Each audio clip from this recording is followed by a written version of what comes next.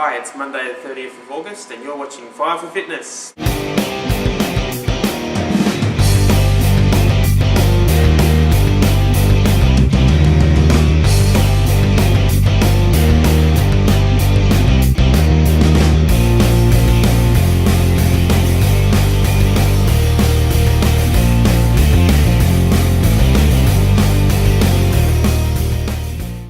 This week I'm talking about how to make challenges work for you. Now, in the last year or so, I've been involved in a lot of challenges. The ones that I've actually had the most success in are Fiona's Biggest Loser Challenge, which was actually this time last year. We were about midway through it. And the other one was the Christmas Loser Challenge that was last year coming up to Christmas. Now, the reason why I was so successful in both of these challenges as far as weight loss goes is because I committed to them 100%. I lived and breathed it. The thing is that with challenges, they don't go on forever. Okay, I will show you charts of my weight loss during those two periods. Okay, as you can see on these two charts here, the big trending down are from first of all the Fiona's Biggest Loser Challenge, which I'll highlight now for you. And the second one is from the CLC, and you can see massive drops down to my lowest weight ever at the end of that. But straight after the challenges, you saw massive increases again. Now, the reason for this is because I didn't plan for anything after the challenges finished. And that is the most important thing, I think. I'm more of a all or nothing kind of person.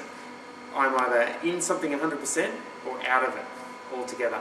And I need to change that. And that is one of the biggest reasons why I've tended to avoid challenges this year, is because I need to learn to lose weight by myself without becoming 100% involved in the challenges. I think this is a good time to be talking about this and revisiting this as far as challenges goes, because we're about up to week 4 in the Hot for Halloween challenge.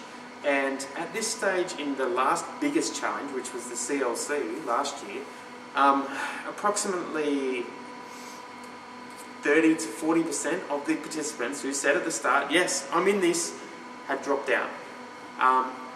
If you have dropped out of the Hot for Halloween, and I don't know the exact statistics, I'm sorry, but it's not too late to get back on the horse and get back in there and making videos.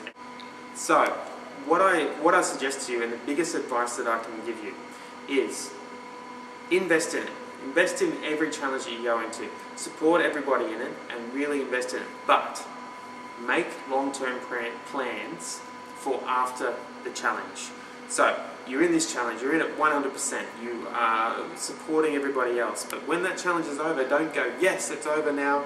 I can rest. I can have that meal and let that meal turn into, as you see on my chart, turn into 2 or 3 or 5 or 10 weeks and stuff like that. Continue on there. And a good example of that is when NASA was training astronauts to go into outer space. Their lifetime goal was to go into outer space and go to the moon. When they came back, they found that a lot of them were really depressed and they had nothing else to achieve in life. Okay? Now maybe that's not the same as finishing a challenge, but you see where the correlation lies, is that what they did was they made sure that future explorations into space, they had plans set in place for when they got back from their space exploration. So they knew that they had something to come back to, and they were continuing to work towards their goals. And that's what I think everyone needs to do in terms of the weight loss challenges. Have plans for after the challenge as well, and start working towards them, not just for the end of the challenge. That's it for me for this week. Stay tuned tomorrow for Jill, as usual. And this week she's actually suggesting some YouTube channels that she enjoys to watch. Looking forward to what she has to suggest here. See you right next week. Bye.